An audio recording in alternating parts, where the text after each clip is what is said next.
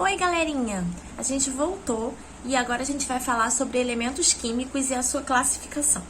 Para isso, a gente vai precisar do nosso livro. A gente está no capítulo 1, na página 297, tá bom? Vamos lá?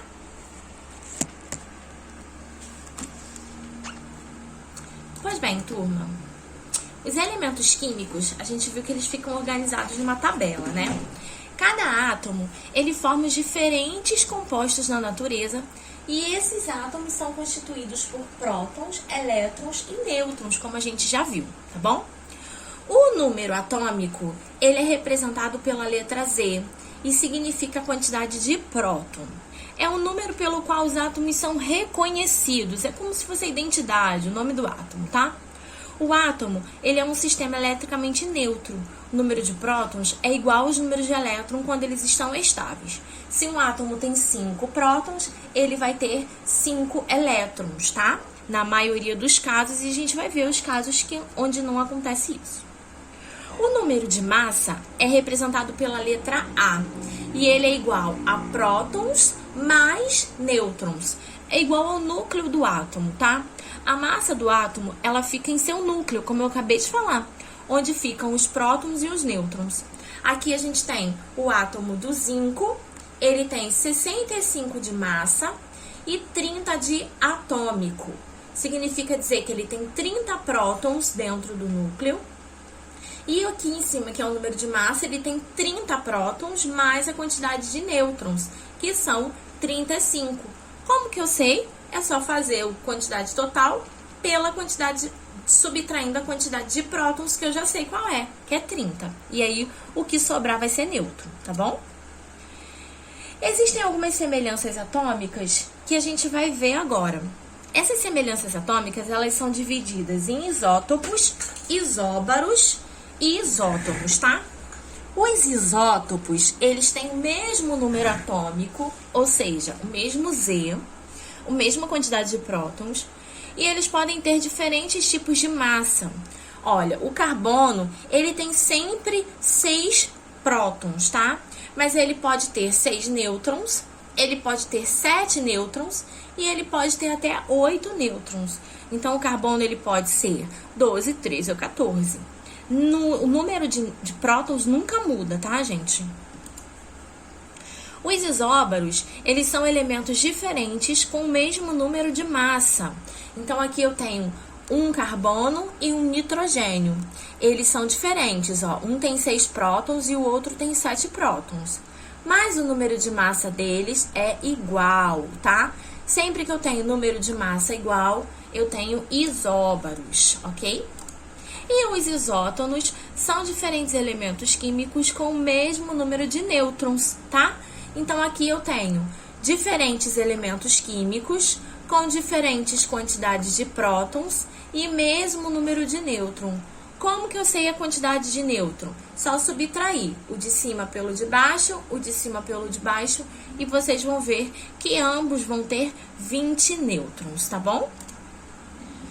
Aí, depois, a gente vai falar um pouquinho sobre a nossa tabela periódica, que passou por um longo processo de formação. E hoje nós temos, como vocês podem ver aí no livro de vocês, na página 301, tá? Ela é muito usada pelos químicos como ferramenta de trabalho e de consulta. E é uma tentativa de organizar os elementos que deu certo até hoje, tá? Ela está organizada em ordem crescente de números atômicos de elementos.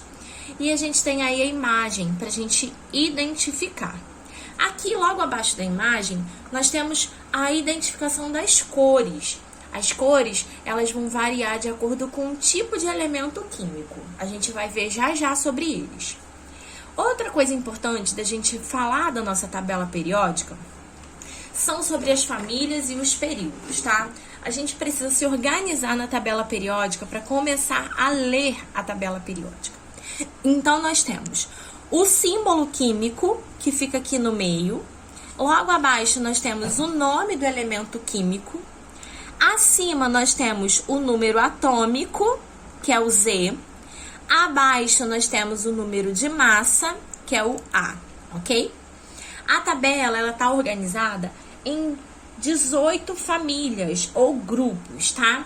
E aí, cada linha dessa, sim, vai representar um grupo ou uma família, ok?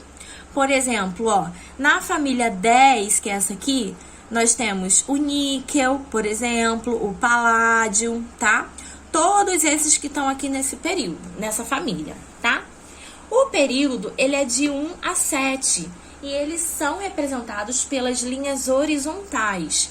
Então, nós temos, ó, o primeiro período, segundo período, terceiro período, quarto período, até o sétimo período. Esses dois aqui, que nós temos em azul e em rosa, imagina que eles estão todos dobradinhos aqui, como se fossem um leque, encaixados nessa posição.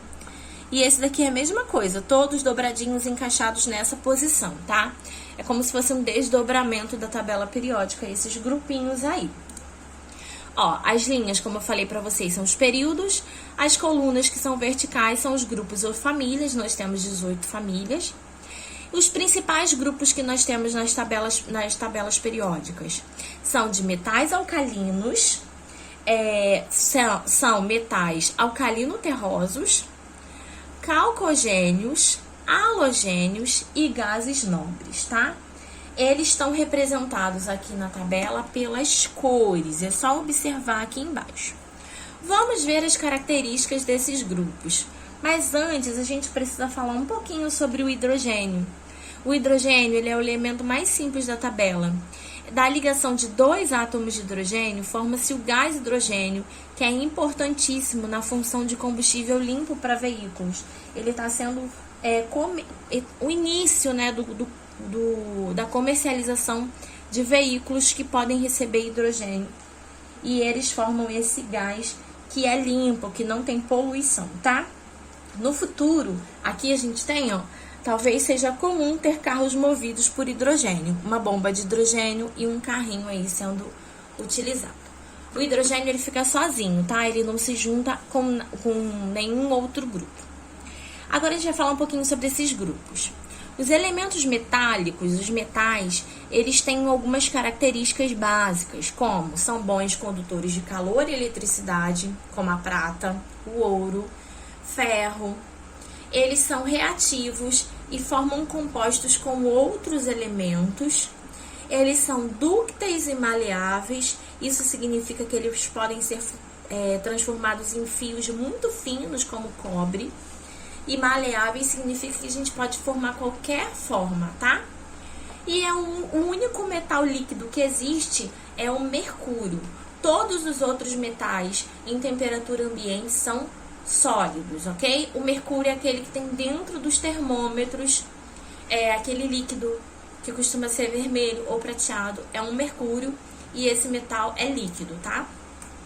Os não metais, eles são elementos abundantes na Terra, na natureza, e eles são encontrados de forma simples e geralmente ligados a outros elementos. Aqui, como exemplo, a gente tem um diamante. O diamante é constituído de carbono. Carbono é um elemento não metal, tá? Assim como oxigênio, nitrogênio e vários outros compostos. Tá bom, gente?